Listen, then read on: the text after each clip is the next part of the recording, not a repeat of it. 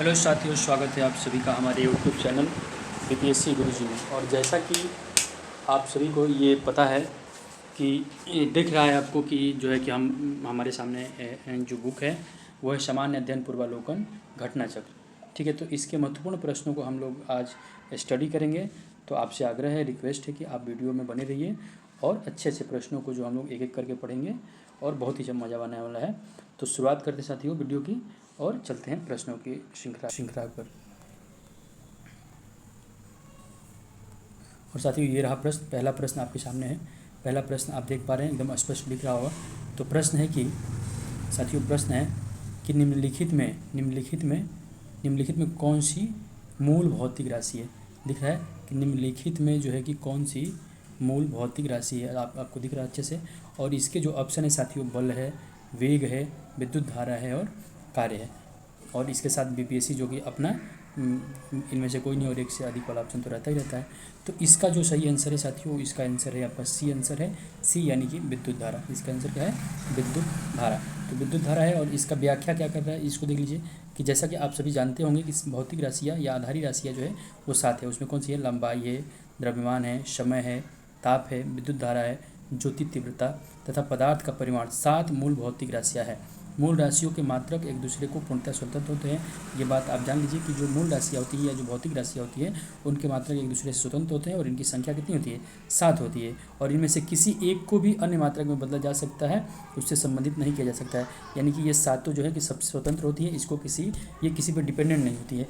इनकी सहायता से बल्कि और व्युत्पन्न राशियाँ बनाई जा सकती हैं। तो इस तरीके से मूल भौतिक राशियाँ जो है वो विद्युत धारा है। ये आप एकदम से स्पष्ट हो जाना चाहिए। ठीक है, बढ़ते हैं आगे साथियों, आगे बढ़ेंगे जवाब। तो आगे आपको मिलेगा प्रश्न संख्या 2। प्रश्न संख्या 2 को आप देख लीजिए। प्रश्न संख्या 2 है कि शक्ति का मात्रक क्या है? शक्ति का मात्रक क्या है? तो शक्ति का मात्रक क्या है, ये आपके सामने प्रश्न है। ऑप्शन को अगर देखा जाए तो ऑप्शन आपका है हर्ट्ज है कि वोल्ट्स है कि वाट है कि न्यूट्रॉन है ना। ये मात्रक दे रहा है। तो हर्ट्ज क्या है आप सभी जानते हैं, हर्ट्ज आवृत्ति का मात्रक है। ठीक है ना। तो आइए इसको देख लीजिए कि इसका जो आंसर होने वाला है वो सी है, वाट है ना। वाट जो है साथियों, वाट जो है भौतिकी में शक्ति या विद्युत शक्ति है ना। शक्ति या फिर विद्युत शक्ति वह दर है जिस पर कोई कार्य किया जाता है। ठीक है, शक्ति क्या होती है कि कार्य के दर को ही शक्ति कहा जाता है ना। कार्य बटा समय, P बराबर कार्य बटा में समय। P बराबर क्या होता है? कार्य बटा समय, जूल प्रति सेकंड। अगर इसको कार्य बटा समय को आप लिखिएगा तो ऊपर कार्य का मात्रा होगा जूल और समय का होता है सेकंड। तो जूल प्रति सेकंड जो है, जूल प्रति सेकंड को ही वाट कहा जाता है। क्या कहा जाता है? इसको वाट कहा जाता है। और जूल प्रति सेकंड जो है आपको दिख ही रहा है कि इसी को क्या कहा जाता है? इसी को वाट कहा जाता है। ठीक है, क्लियर है प्रश्न? आगे बढ़ते हैं साथियों। और अगला प्रश्न है विद्युत शक्ति की इकाई क्या है? विद्युत शक्ति की इकाई है क्या है, ये आपको देखना है। ठीक है, तो आइए देख लेते हैं विद्युत शक्ति की इकाई क्या है। प्रश्न सामने है आपके, प्रश्न सामने है कि विद्युत शक्ति की इकाई क्या है। विद्युत शक्ति की इकाई क्या है, ये प्रश्न को देखा जाए। इसका उत्तर आप बताइए कि इसकी इकाई क्या होगी। विद्युत शक्ति की इकाई क्या है? क्या वह एम्पियर होगा, क्या वह वोल्ट होगा, क्या वह कूलाम होगा या फिर वाट होगा। तो विद्युत शक्ति जो है साथियों, इसकी इकाई क्या है बताना है। और इसका जो सही आंसर होगा वो साथियों होने वाला है वाट। वाट जो है विद्युत शक्ति का क्या है? इकाई या मात्रक है। ठीक है साथियों, बढ़ते हैं आगे। अगला प्रश्न जो है हमारा, अगला प्रश्न है क्वेश्चन नंबर 4। बल का मात्रक है ना, पूछ रहा है आपका कि बल का मात्रक क्या है। बल का मात्रक क्या है ये आपको बताना है। तो क्या बल का मात्रक फैराडे है, क्या बल का मात्रक फर्मी है, क्या न्यूटन है, क्या रदरफोर्ड है। बच्चा जानता है साथियों कि बल का मात्रक क्या होता है आपका? न्यूटन बल का मात्रक होता है। बल बराबर द्रव्यमान इंटू त्वरण, F बराबर ma जो होता है ये फार्मूला है। और इससे बल का मात्रक आपको निकल के आता है। किसी वस्तु पर लगा बल वस्तु के द्रव्यमान तथा उसमें त्वरण के गुणनफल के बराबर होता है। ये भी आप व्याख्या में देख सकते हैं। अगला प्रश्न है कि कार्य का मात्रक क्या है। अगला प्रश्न क्या है आपका कि कार्य का मात्रक क्या है। तो कार्य का मात्रक क्या है, ये आपके प्रश्न आपके सामने है। कार्य का मात्रक क्या है, इसको हाईलाइट कर लिया जाए। इसको कार्य का मात्रक क्या है ये प्रश्न पूछ रहा है। और इसके ऑप्शन है जूल, न्यूट्रॉन, वाट और लाइन। क्या है कार्य का मात्रक क्या है इस प्रश्न का? और इसका है कि जूल है कि न्यूट्रॉन है कि वाट है कि डाइन है। तो कार्य का मात्रक अभी थोड़ी देर पहले हम लोग पढ़े थे कि कार्य का जो मात्रक होता है साथियों वो होता है आपका जूल। कार्य का मतलब क्या होता है, जूल होता है। इसका अगर व्याख्या देखा जाए, व्याख्या, तो जब किसी वस्तु पर बल लगाकर विस्थापन उत्पन्न किया जाता है तो बल द्वारा कार्य कार्य बल तथा विस्थापन की दिशा में गुणनफल के बराबर होता है। ठीक है ना। कार्य क्या होता है, कार्य जो है कि बल तथा बल की दिशा में विस्थापन के गुणनफल के बराबर होता है। छोड़िए इसको, आप ये समझ लीजिए कि कार्य W बराबर क्या होता है, W बराबर बल गुणे विस्थापन होता है, बल गुणे विस्थापन। और थोड़ा डिटेल में जाइएगा तो Fs cos थीटा होता है, Fs cos थीटा जो होता है W बराबर, ये इसका फॉर्मूला है, बल गुणे विस्थापन cos थीटा। अच्छा, इस cos थीटा का बड़ा इंपॉर्टेंट रोल है साथियों, cos थीटा का इंपॉर्टेंट रोल है।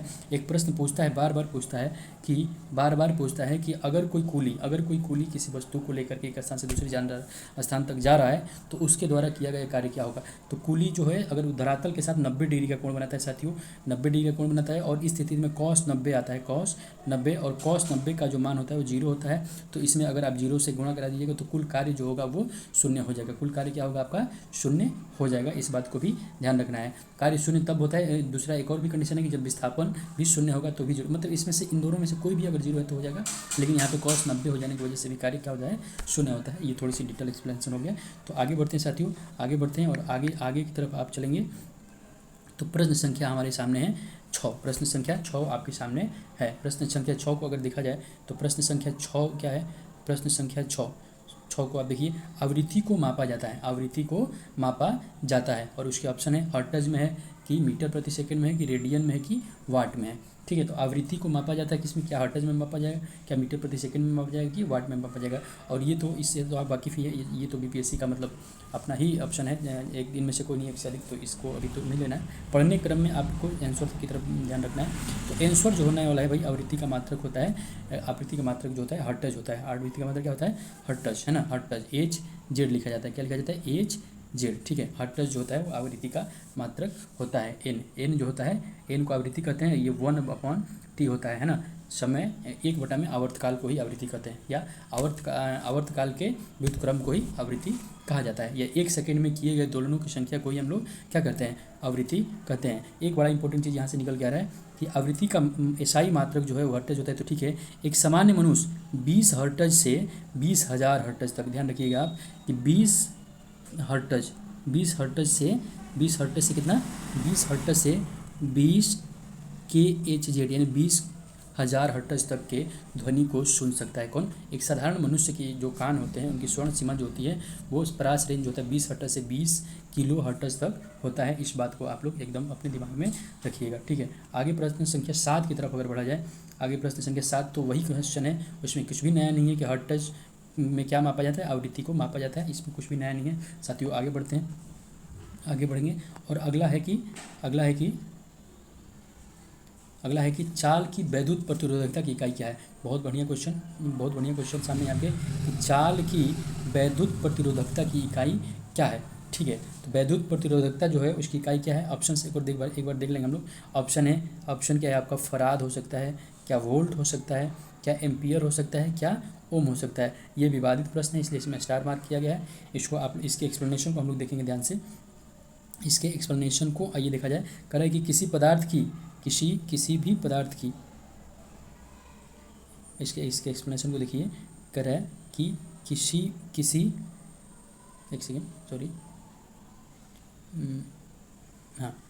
किसी पदार्थ की वैद्युत प्रतिरोधकता, है ना, इलेक्ट्रिक रेजिस्टिविटी से उस पदार्थ द्वारा विद्युत धारा के प्रवाह को विरोध करने की क्षमता का पता चलता है। मैंने विद्युत धारा का विरोध जो करता है, जैसे प्रतिरोध तो आप समझते हैं ना, प्रतिरोध R जिसे कहते हैं। प्रतिरोध क्या होता है साथियों, प्रतिरोध होता है R। तो इसको, ये जो है प्रतिरोध क्या करता है कि वो धारा को रोकता है। तो विद्युत प्रतिरोधक के विरोध करने की क्षमता कहलाता है, प्रतिरोधक क्या कहलाता है कि प्रवाह को विरोध करने की क्षमता कहलाता है। कम प्रतिरोधकता वाले पदार्थ आसानी से विद्युत को चलने देते हैं। जिस पदार्थ का ये आप ध्यान रखिएगा कि जिस भी पदार्थ का प्रतिरोधकता कम होगा वो अच्छा चालक होगा। इस बात को आपको ध्यान रखना है कि जिस भी पदार्थ का जो है कि प्रतिरोधकता कम होगा उसका वो एक अच्छा चालक माना जाएगा। उदाहरण के चांदी जो सिल्वर जो है वो सर्वोत्तम चालक कहा जाता है। कारण यही है कि उसकी प्रतिरोधकता जो होती है वो कम होती है साथियों, उसकी प्रतिरोधकता क्या होती है, कम होती है। ठीक है, एक बहुत ही बढ़िया यहाँ से फॉर्मूला निकल के आता है और इसको मैं चाहूँगा कि आप सब एकदम ध्यान रखिए। इसका ये है कि रो जो होता है, इसको रो पढ़ा जाएगा RA/L, रो RA/L।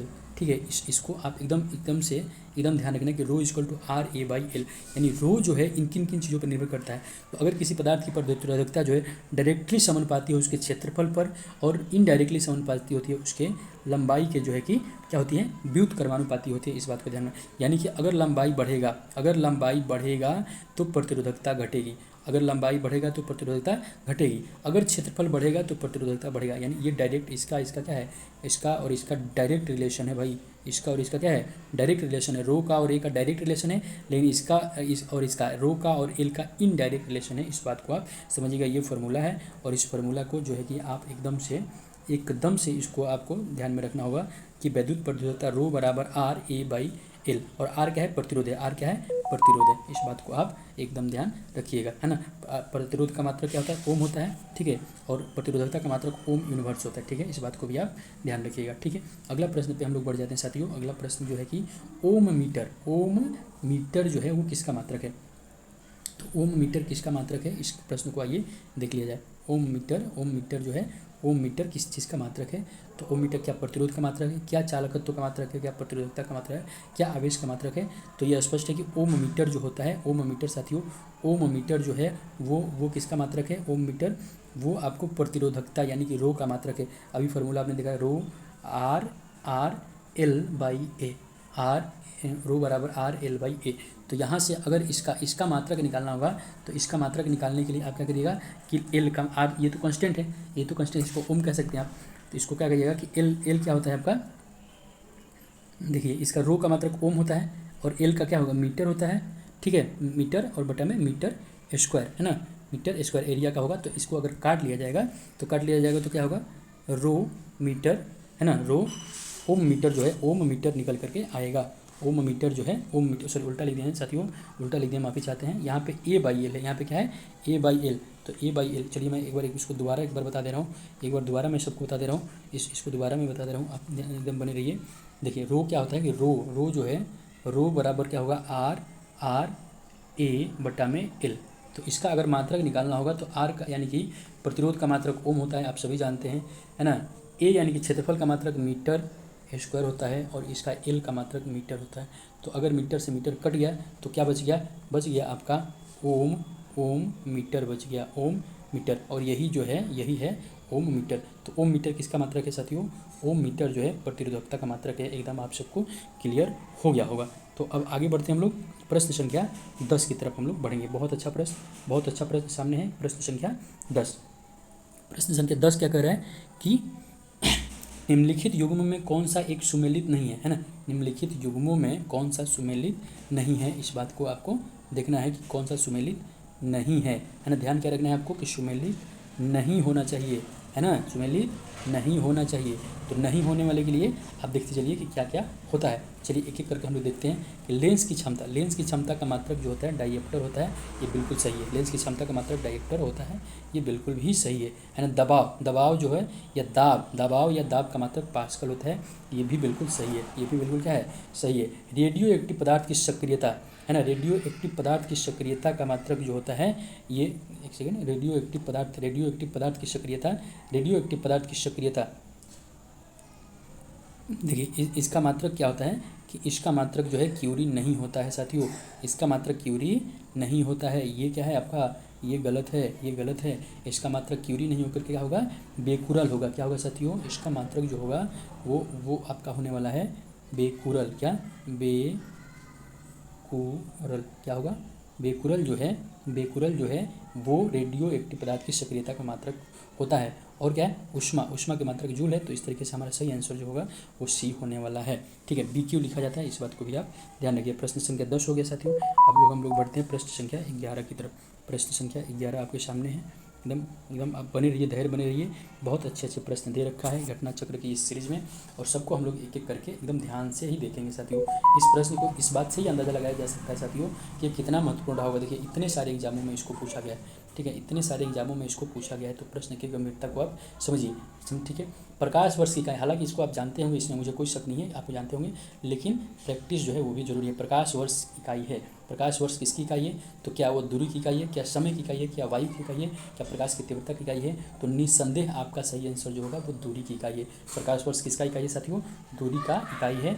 और एक बात आप एकदम ध्यान रखिएगा, इस चीज़ को याद कर लीजिएगा कि प्रकाश वर्ष द्वारा एक वर्ष में, प्रकाश वर्ष द्वारा एक वर्ष में क्या, एक वर्ष में तय की गई दूरी को प्रकाश वर्ष कहते हैं। और एक प्रकाश वर्ष जो होता है साथियों, एक प्रकाश वर्ष जो होता है 9.46, याद रखिएगा 9.46 गुणे 10 के पावर 15 मीटर होता है साथियों। अगर किलोमीटर कई बार दिया रहता है, अगर कई बार किलोमीटर में रहता है तो 9.46 गुणे 10 के पावर 12 किलोमीटर हो जाएगा। ठीक है, इस बात को आप ध्यान रखिएगा। तो ये प्रश्न घुमा देता है कि किलोमीटर और मीटर में करके तो पावर जो होगा 12 हो जाएगा अगर किलोमीटर रहेगा तो, और मीटर रहेगा तो 15 ही रहेगा। इस बात को भी आप ध्यान में रखिएगा। प्रश्न संख्या 12 पे हम बढ़ते हैं साथियों। प्रश्न संख्या 12, प्रकाश वर्ष होता है, प्रकाश इस क्लियर हो गया ऊपर से ही कि प्रकाश वर्ष क्या होता है, एकदम डायरेक्ट इसका आंसर मारेंगे हम और आगे बढ़ेंगे। प्रकाश जो होता है, प्रकाश में, प्रकाश द्वारा एक वर्ष में, प्रकाश द्वारा एक वर्ष में चली गई दूरी को प्रकाश वर्ष कहते हैं। बात खत्म। प्रकाश वर्ष क्या है भाई? तो प्रकाश वर्ष वह दूरी है जो प्रकाश एक वर्ष में तय करता है। बात खत्म है ना। उतना ज़्यादा इन सब प्रश्नों पे समय नहीं देना, ये हल्के प्रश्न हैं, हम अच्छे प्रश्न की तलाश में आगे बढ़ेंगे। खगोलीय दूरी प्रकाश वर्ष में मापे जाने का निम्नलिखित कौन सा है? कौन सा है? तो खगोलीय दूरी जो है प्रकाश वर्ष में मापे जाने का निम्नलिखित में से कौन सा कारण है? आइए इसको एक बार देखा जाए। तारकीय पिंडों के बीच की दूरी परिवर्तित नहीं होती है, तारकीय पिंडों का गुरुत्व परिवर्तित नहीं होता है, सदैव सीधी रेखा में यात्रा करते हैं, प्रकाश की गति सदैव एक समान रहती है। तो प्रकाश वर्ष जो होता है कि प्रकाश हमेशा एक चाल से चलता है, चाहे वो निर्वात हो चाहे माध्यम हो, इस बात से तो हम लोग वाकिफ़ है ही। तो इसीलिए जो है कि खगोलीय दूरी को, लंबी दूरियों को मापने के लिए हमेशा जो है प्रकाश की गति का ही सहारा लिया जाता है, यानी प्रकाश की गति का प्रयोग हम लोग करते हैं। इस बात को आप ध्यान रखिएगा। कि इसका आंसर हो गया, प्रश्न का डी हो गया। ठीक है, आगे बढ़ते हैं साथियों। कि कह रहे कि पारसेक, देखिए पारसेक ये भी बहुत अच्छा है। ये भी प्रकाश जो है कि दूरी का ही मात्रक है लेकिन बड़ा मात्रक है साथियों। ये दूरी का ही मात्रक है लेकिन बड़ा मात्रक है। कि एक पारसेक तारों संबंधी दूरी मापने का एक मात्रक किसके बराबर है? मैं ये पूछ रहा है कि बराबर जो है, ये तो क्लियर कर दिया कि ये किसका मात्रक है। ये जो है कि तारों की दूरी मापने के लिए पारसेक का प्रयोग किया जाता है, जैसे कि प्रकाश वर्ष का हम लोग प्रयोग कर रहे थे। लेकिन ये है कि दूरी मापने किसके बराबर होने वाला है साथियों, इसका आप ध्यान रखिएगा। और ये है 3.25 प्रकाश वर्ष, 3.25 प्रकाश वर्ष, बहुत इंपॉर्टेंट। एक पारसेक जो होता है, एक पारसेक जो होगा साथियों वो होगा 3.25 3.25 आना चाहिए यहाँ पे, 3.25 है साथियों, 3.25 लाइट ईयर है ना, लाइट ईयर। इसको आप एकदम याद रखिएगा कि एक पारसेक जो होगा 3.25 लाइट ईयर के बराबर होता है। और इसके साथ देखिए यहाँ पे दे भी रखा है। तो एक पारसेक 3.0857 × 10 के पावर 16 मीटर में अगर इसको देखा जाएगा तो इतना होगा। अगर एक प्रकाश वर्ष 9.46 × 10 के पावर 15 मीटर होता है, ये भी थोड़ी देर पहले हम लोग पढ़ेंगे। और एक पारसेक 3.262 या 2.25 या 2.6 जो भी है, इसको आप देख सकते हैं, मतलब थोड़ा सा वैरी करेगा, 2.5 या 2.6 में बहुत ज़्यादा अंतर नहीं है, तो आप 2.5 याद रख सकते हैं, कोई दिक्कत वाली बात नहीं है इसमें। ये जो होगा एक प्रकाश वर्ष इतना होगा। एक पारसेक मात्रक है, तो अभी तो क्लियर हो गया ना, पारसेक किसका मात्रक है? पारसेक जो है ये प्रकार दूरी का मात्रक है। बात खत्म, दूरी का मात्रक है। 17 नंबर प्रश्न को देखिए। 17 नंबर का प्रश्न कह रहा है कि माप की कौन सी इकाई को देखिए यूडीए में ये प्रश्न पूछा गया साथियों। यूडीए में ये प्रश्न पूछा गया है, एलडीए में पूछा गया है प्री में। तो इसको देख लीजिए कि माप की कौन सी इकाई जो है साथियों, माप की कौन सी इकाई को 0.39 से गुणा करने पर इंच प्राप्त होता है। तो सेंटीमीटर जो है ना, सेंटीमीटर, एक सेंटीमीटर बराबर जो होता है साथियों 0.39 इंच होता है। एक सेंटीमीटर बराबर 0.39 इंच होता है। तो इसको अगर आप क्या कर लीजिएगा कि इसको सेंटीमीटर में अगर गुणा कर दीजिएगा तो इतना प्राप्त होगा, यानी कि इसका आंसर क्या होने वाला है, आपका सेंटीमीटर होने वाला है। इस बात को आप ध्यान रखिएगा। और है ना 12 इंच का 1 फुट होता है, इस बात को भी आप लोग जानते ही होंगे। चलिए आगे बढ़ते हैं साथियों, आगे बढ़ते हैं। और आगे अगला प्रश्न जो है हमारा, अगला प्रश्न है कि 6 फीट लंबे व्यक्ति की ऊंचाई नैनोमीटर में कैसे व्यक्त की जाएगी। 6 फीट लंबे व्यक्ति की इकाई नैनोमीटर जो होता है साथियों कितना होता है, 10 का पावर जो होता है 9 होता है। नैनोमीटर 10 का पावर कितना होगा, -9 मीटर होता है, 10 का पावर -9। तो इसको ये देख लीजिए, एक सेकेंड।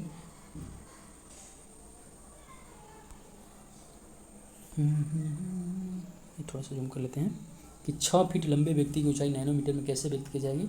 तो 6 फीट जो है पहले साथियों इसको हम लोग मीटर में चेंज करेंगे, और इस तरीके से इसका जो आंसर होने वाला है, ये मैथ का क्वेश्चन है, इसको बनाया जा सकता है। और इसका 1.183 × 10⁻⁷ नैनोमीटर होगा। आ जाइए, इसके कुछ जो महत्वपूर्ण मान है इसको भी आपके सामने रख दिया जा रहा है, और इसको आप ध्यान रखिएगा। एक नैनोमीटर जो होगा, 1 नैनोमीटर ये होने वाला है 10 के पावर -9 मीटर के बराबर होगा। 1 फीट जो होगा 10 के पावर 0.305 मीटर होने वाला है। 1 फीट होगा 30.5 × 10 के पावर 7 नैनोमीटर होगा। और 6 फीट की बात किया जा रहा है तो 6, और इस फीट को गुणा करेंगे 6 × 30.5 × 7 नैनोमीटर। तो इस तरीके से जो आपका आंसर आएगा वो आएगा 183 × 10 के पावर 7 नैनोमीटर आएगा। ये ध्यान रखना है, मैथमेटिकल कैलकुलेशन है, इसको आप ध्यान रखिए। 1 नैनोमीटर कितना होता है, ये अभी के अभी क्लियर हो गया कि 10 के पावर कितना होगा, 10 के पावर 9 होता है। लेकिन देखिए ध्यान रखना है, एकदम ध्यान रखना है साथियों, एकदम गलती नहीं करनी है। कर रहा है कि 1 नैनोमीटर होता है तो 10 के पावर -9 मीटर तो होता है, लेकिन यहाँ पे सारे ऑप्शन सेंटीमीटर में। और अब जानते हैं भैया कि 1 मीटर बराबर 100 सेंटीमीटर होगा, तो 100 सेंटीमीटर होगा तो 9 में से 2 घट जाने वाले हैं। और इस तरीके से जो आपका आंसर होगा साथियों वो क्या होगा, ये होगा 10 का पावर -7 सेंटीमीटर होगा, है ना। थोड़ा मैथ का भी ध्यान रखना है, क्योंकि ऐसे भी प्रश्न पूछे जाते हैं। हालांकि ये बहुत बड़ा प्रश्न नहीं है, इसको मुझे पूर्ण विश्वास है कि आप सभी बहुत अच्छे तरीके से इसको कर लीजिएगा। चलिए, एम्पियर को मापने की इकाई क्या है ना, बच्चा जानते हैं यार, आप लोग तेज आदमी, आप तो जानते ही करते हैं इसको, है ना, जानते हैं कि नहीं जानते हैं। तो एम्पियर मापने की इकाई है। सीधा ये पूछो ना कि एम्पियर किसकी इकाई है ना, प्रश्न ये है कि एम्पियर जो है कि किसकी इकाई है, एम्पियर मापने की इकाई क्या है। तो एम्पियर तो विद्युत धारा होता है, इसमें क्या पूछना है, इसमें कुछ पूछने जैसा नहीं है। चलिए आगे बढ़िए, है ना, आगे बढ़िए। प्रश्न संख्या 21 को हम लोग देख लेते हैं साथियों। प्रश्न संख्या 21, मेगावाट बिजली को मापने की इकाई है। जो क्या मेगावाट, ज़्यादा बड़ी मात्रा में बिजली उत्पादित की जाएगी तो इसको मापने के लिए मेगावाट का प्रयोग करेंगे साथियों, मेगावाट का प्रयोग करेंगे। और मेगावाट जो है बिजली नापने की इकाई है। अब इसमें क्या है कि उत्पादित की जाती है, उसको उपभोग की जाती है, या बचत की कौन सी बिजली मापी जाती है। तो जो बिजली, सीधी बात है कि बड़ी इकाई मापने, तो उत्पादन बड़ी मात्रा पे होता है। तो बड़ी मात्रा पे जब उत्पादन होगा साथियों, बड़ी मात्रा पे जब उत्पादन होगा तो उसको मापने के लिए हम लोग क्या करते हैं, मेगावाट का प्रयोग करते हैं। 10 के पावर 6 मिलियन वाट के बराबर होता है। 1 मेगावाट कितना होगा, 1 मेगावाट जो होगा वो होगा 10 का पावर 6 मिलियन के बराबर होगा, है ना, 6 मिलियन के बराबर होगा। ठीक है, चलिए आगे बढ़ते हैं साथियों, एकदम आगे बढ़ते हैं। क्वेश्चन नंबर 22 जो है 2 भागों में है, तो इसको छोड़ देते हैं। कोट वाले प्रश्न साथियों, ये समय लेगा, इसके कम समय में हम लोग अच्छे और प्रश्न देख सकते हैं। निम्नलिखित एसआई यूनिटों में कौन सा सही सुमेलित नहीं है। फिर आ गया नहीं वाला, बार नहीं वाला क्वेश्चन जो है वो कंफ्यूज कर देता है साथियों, कि निम्नलिखित में से कौन से सुमेलित नहीं है, है ना। क्या पूछ रहा है आपको कि नहीं है, इस बात को ध्यान रखना है कि सुमेलित नहीं है। क्या कार्य का मात्रक जूल होता है, तो ये तो बिल्कुल सही बात है भाई। बल का मात्रक न्यूटन होता है, ये भी आप जानते हैं, सही है ना। द्रव्यमान का मात्रक किलोग्राम होता है, ये भी सही है ना। लेकिन दाब का मात्रक क्या डाइन होता है, दाब का मात्रक डाइन नहीं होता है। दाब का मात्रक जो है कि अच्छा डाइन तो होता है, लेकिन एसआई पूछ रहा है ना, एसआई यूनिट पूछ रहा है। कौन सा यूनिट पूछ रहा है, एसआई यूनिट। तो दाब का मात्रक जो होगा वो पास्कल होगा, दाब का एसआई मात्रक पास्कल होता है। सीजीएस प्रणाली में इसका मात्रक डाइन होता है, इस बात को आप ध्यान रखिएगा, सीजीएस प्रणाली में इसका मात्रक डाइन होता है। अच्छा, सीजीएस का मतलब क्या होता है, क्या बता सकते हैं। सीजीएस का मतलब होता है सेंटीमीटर, ग्राम और सेकेंड। सेंटीमीटर लंबाई को सेंटीमीटर में मापा जाएगा, वजन को ग्राम में मापा जाएगा, और समय को सेकेंड में मापा जाता है। जनरली हम लोग जो मात्रक पढ़ रहे हैं, हमारे इंडिया में जो पढ़ लेते हैं वो है MKS। कौन सा है वो, MKS। इसको मीटर मात्रक भी कहते हैं, मीटर प्रति भी कहते हैं। मीटर, है ना, लंबाई को मीटर में, द्रव्यमान को केजी में, और समय को सेकंड में मापते हैं, इसलिए इसको हम लोग क्या कहते हैं, MKS प्रति कहते हैं। लेकिन सीजीएस में जो है कि दाब का मात्रक डाइन होता है, और एसआई में दाब का मात्रक पास्कल होता है। इस बात का ध्यान रखेंगे, बहुत अच्छा प्रश्न। आगे बढ़ते हैं साथियों, आगे बढ़ते हैं हम लोग प्रश्न संख्या 24 की तरफ बढ़ जाते हैं आराम से। और प्रश्न संख्या 24 को अगर आप देखिएगा तो प्रश्न संख्या 24 क्या है, प्रश्न संख्या 24 को आइए देखा जाए कि सूची 1 को सूची 2 से सम्मिलित कीजिए और नीचे लिख कर सही उत्तर देना है। पहले तो आप सम्मिलित करना सीखिए, है ना। पहले आप क्या करना है, आपको सम्मिलित करना है। तो सम्मिलित जब करिएगा, वाट क्या है, वाट जो है ये किसके साथ सम्मिलित होने वाला है?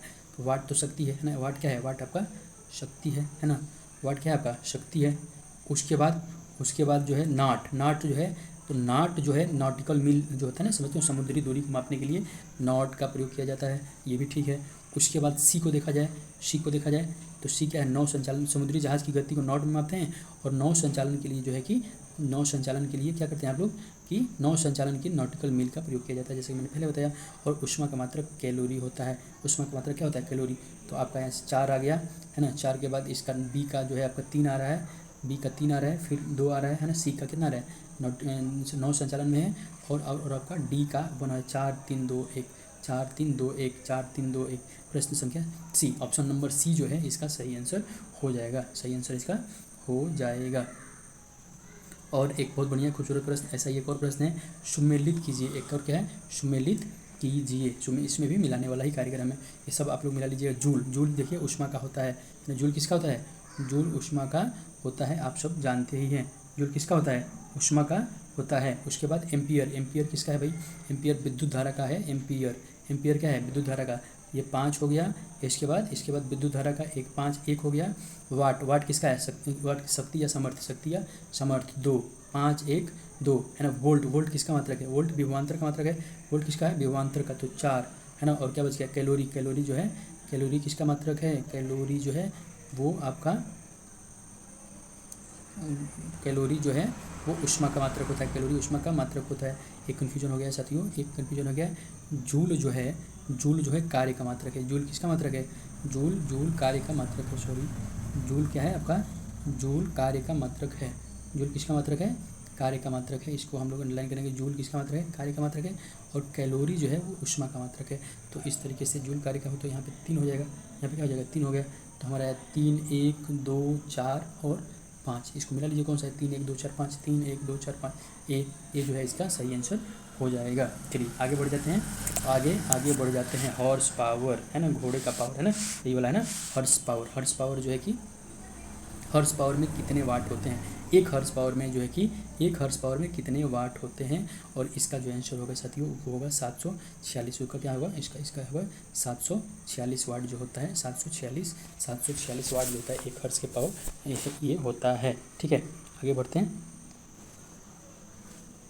ठीक है, आगे हम लोग बढ़ते हैं। निम्नलिखित में से कौन सा सुमेलित नहीं है? फिर नहीं वाला आ गया बार। देखिए यूपीपीसीएस का ये प्रश्न है साथियों, यूपीपीसीएस का प्रश्न है, और ये काफ़ी ज़्यादा इंपॉर्टेंट प्रश्न है। इसको देख लीजिए एक बार। फिर आ गया कि निम्नलिखित में कौन सा सुमेलित नहीं है? सुमेलित नहीं है, ये नहीं वाला जो बहुत कन्फ्यूज करता है। बहुत सतर्क रहना है, बहुत ज़्यादा सतर्क रहना है।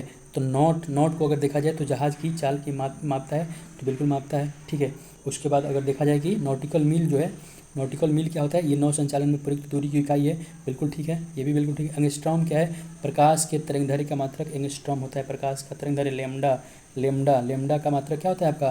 प्रकाश के तरंगदैर्घ्य एंगस्ट्रॉम होता है। प्रकाश वर्ष समय मापन की, अभी तो पढ़े समय मापन की इकाई थोड़ी होता है प्रकाश वर्ष, ये दूरी का होता है। किसका होता है? ये दूरी का होता है, इसको आप ध्यान रखिएगा। किसका मात्रक होता है? प्रकाश वर्ष दूरी का मात्रक होता है। ठीक है, आगे बढ़ते हैं साथियों, आगे बढ़ जाते हैं। और आगे बढ़ने के बाद हमारा आ गया एंगस्ट्रॉम। फिर आ गया एंगस्ट्रॉम किसकी इकाई है ना? प्रश्न क्या है कि एंगस्ट्रॉम जो है इकाई है। एंगस्ट्रॉम किसकी इकाई है?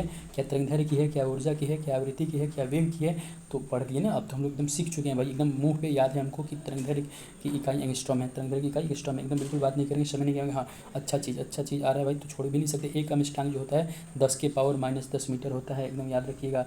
बिल्कुल इसको मैं हाईलाइट कर दे रहा हूँ इसको कि एक एंगस्ट्रॉम जो होता है साथियों, एक एंगस्ट्रॉम जो होता है 10 के पावर -10 मीटर के बराबर होता है। 10 के पावर -10 मीटर के बराबर होता है। इसको याद कर जाना है, रट जाना है, सभी काम की चीज़ है। परीक्षा में डायरेक्ट ऐसे प्रश्न आते हैं साथियों। बिल्कुल ही अच्छे प्रश्नों की सीरीज़ के साथ हम लोग आगे बढ़ रहे हैं, और मुझे उम्मीद है कि आप सबको पसंद आ रहा होगा। तो इसको लाइक शेयर और सब्सक्राइब आप अवश्य ही कर दीजिएगा। फिर आगे जो है कि सूची 1 सूची 2 को सम्मिलित करना है। सूची 1 सूची 2 को सम्मिलित करना है। और यहाँ पे सूची 1 को आप देख पा रहे हैं, 2 देख पा रहे हैं। ठीक है, इसको आइए एक बार सम्मिलित कर लिया जाए। ठीक है, तो इसको आप जब सम्मिलित करिएगा तो देखिए उच्च वेग जो है ये इसको मापने के लिए क्या हम लोग करें? उच्च वेग को मापने के लिए हम लोग जो है कि मैक का प्रयोग करते हैं। मैक है ना, ऊंच वेग को मापने के लिए मैक जो है एक मात्रक है, इसका प्रयोग किया जाता है। तरंगदैर्घ्य के लिए हम लोग एंगस्ट्रॉम का प्रयोग करते हैं, ये बिल्कुल ठीक बात है। दाब के लिए हम लोग किसका प्रयोग करते हैं, दाब के लिए पास्कल का प्रयोग करते हैं, ठीक है। और ऊर्जा के लिए जूल का प्रयोग करते हैं। तो सारा लाइन से ही हो गया साथियों, 1 2 3 4 1 2 3 4 1 2 3 4, ये सी जो है इसका आंसर हो गया। बिल्कुल गर्दा उड़ा देना है, बिल्कुल ही गर्दा उड़ा देना है। चलिए ऊर्जा, ऊर्जा प्रश्न संख्या 30, प्रश्न संख्या 30 को आइए देख लिया जाए कि जूल ऊर्जा से उसी तरह संबंधित है जैसा पास्कल। मतलब सीधा पूछ रहा है कि अगर जूल ऊर्जा का मात्रक है तो पास्कल किसका मात्रक है। तो पास्कल तो दबाव का मात्रक है, ये तो जानबे करते हो ना जी, ये तो जानबे करते हो तुम लोग कि दबाव का मात्रक है। 1 माइक्रोन 10 के पावर -3, 1 माइक्रोन कितना होता है 10 के पावर -3। प्रश्न ये है कि 1 माइक्रोन किसके बराबर है 10 के पावर -3 या 1/1000, 1/1000। आइए देख लीजिए कहाँ है 1/1000, आ जा भैया, आ जा आ जा आ जा, 1/1000 सी, 1/1000, 1/1000, काम खत्म, ठीक है। 10 के पावर 1000 होता है, 10 के पावर -3, ठीक है। मिलीमीटर में है, 10 के पावर -3 होगा। अगर मीटर में होता है 10 के पावर -6 होता है, इस बात को भी आप ध्यान रखिए। माइक्रोमीटर जो होता है, माइक्रोमीटर जो होता है 10 का पावर -6 रहता है। माइक्रोमीटर 10 के पावर -6 रहता है, लेकिन माइक्रोन अगर कर दिया और मीटर में कर दिया तो ये इतना हो जाएगा। चलिए 1 माइक्रोन 10 के पावर कितना, 1 माइक्रोन लंबाई प्रदर्शित करता है। अब सेंटीमीटर आ गया तो इसको आप लोग सॉल्व कीजिएगा, इसमें हम समझ नहीं करेंगे। और इसका सीधा 10 के पावर -4 मान के हम आगे बढ़ेंगे ना। ये मैथमेटिकल कैलकुलेशन है, आप पढ़िएगा है ना, इसको एकदम से ऑब्जेक्टिव फॉर्म में नहीं पढ़ना चाहिए, आप इसको विधिवत पढ़िए, बैठ के लिख के पढ़िए है ना, ऐसे काम नहीं चलेगा। निम्नलिखित में से कौन सा एक सुमेलित नहीं है ना, निम्नलिखित में कौन सा सुमेलित नहीं है, आइए देखिए जाए। निम्नलिखित में से कौन सा सुमेलित नहीं है, ढूंढ देते हैं, हम तो एक्सपर्ट आदमी हैं, ढूंढ देंगे कौन सुमेलित नहीं है, कौन सुमेलित नहीं है, ठीक है। आइए देखिए जाए। डेसिबल, डेसिबल क्या ध्वनि की प्रबलता को मापता है कि नहीं मापता है, डेसिबल ध्वनि की प्रबलता को मापता है, ये सही है। डेसिबल ध्वनि की प्रबलता को मापता है। अश्व शक्ति, शक्ति का इकाई है क्या, शक्ति का इकाई बिल्कुल है, शक्ति का समुद्री मील, नौ संचालन, ये अभी ये पढ़ रहे हैं। सेल्सियस ऊष्मा की इकाई, तापमान की, हाँ ठीक तो है, सेल्सियस ऊष्मा की इकाई नहीं, ताप की इकाई है, ताप की इकाई है, ठीक है। नहीं है तो ताप को मापने का मात्रक है सेल्सियस। ऊष्मा का मात्रक कैलोरी होता है। ऊष्मा का मात्रक क्या होता है साथियों, ऊष्मा का मात्रक जो होगा, ऊष्मा का मात्रक अगर आपसे पूछा जाएगा ऊष्मा का मात्रक, तो ऊष्मा का मात्रक होगा कैलोरी। क्या होगा, कैलोरी। ये लोरी वाला कैलोरी नहीं है, लोरी, लोरी ऊष्मा का मात्रक है ये।